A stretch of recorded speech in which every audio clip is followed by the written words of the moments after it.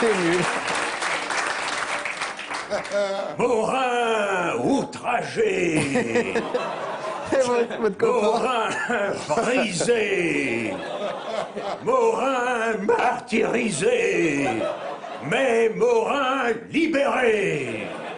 Moi, général de Gaulle, j'affirme qu'Hervé Morin a bien assisté au débarquement. Ah bah voilà.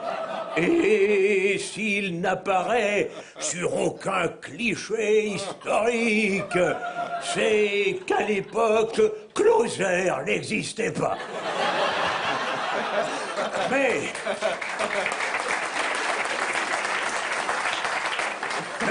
je peux témoigner ici que le caporal Momo, comme on l'appelait familièrement, avait pris soin pour ne pas qu'on le reconnaisse parmi nos alliés américains de se camoufler, oui, en mâchant du chewing-gum muni d'un parasol Coca-Cola et vêtu du célèbre maillot rouge d'Alerte à Malibu. Et c'est ainsi que, sous le pseudonyme de David Eisenhower, il a pu libérer la France. Cette France qu'il avait déjà si brillamment défendue à Verdun, dans les tranchées où il était très respecté par les poilus. Non pas qu'il les rasait avec ses discours sur le nouveau centre, mais parce qu'il était un des seuls survivants de la guerre de 1870 contre les Prussiens.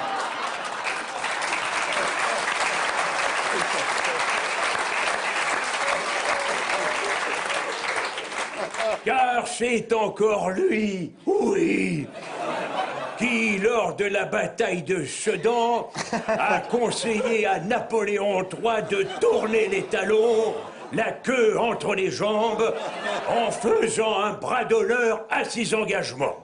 Ce qui constitue, vous en conviendrez, une figure acrobatique qui exige souplesse et doigté et que l'on appelle le retournement péteux. Oui. Cette figure, toujours très pratiquée par nos politiciens actuels, c'est Vercingétorix, qu'il avait enseigné à Hervé Morin.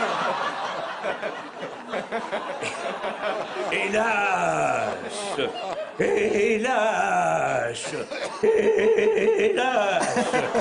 c'est en l'effectuant quelques années plus tard qu'il cassa le vase de Soissons. Ah, j'allais dire, il manque Clovis.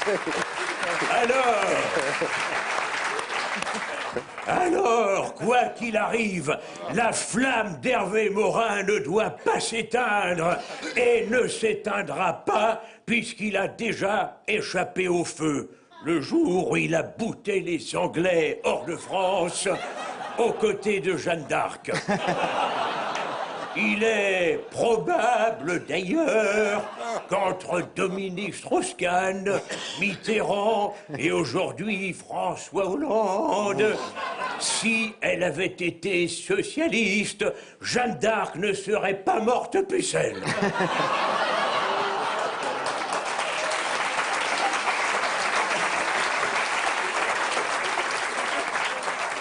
Morin, s'il est là depuis la nuit des temps, c'est parce qu'il ne s'use jamais. Et s'il ne s'use jamais, c'est que personne ne s'en sert.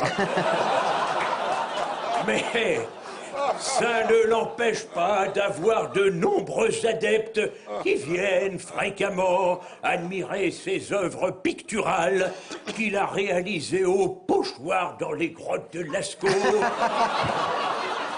Et qui sont l'illustration d'une scène à laquelle il a assisté et qui l'a beaucoup marqué, celle d'une femme nue croquant la pomme tendue par un serpent. sous les yeux incrédules de son mari qui en a perdu sa feuille de vie. Alors, Françaises, Français, le chemin est tracé, ma décision est prise, c'est Morin qu'il faut pour la France. Vive la République, vive la France! Et vive Ernest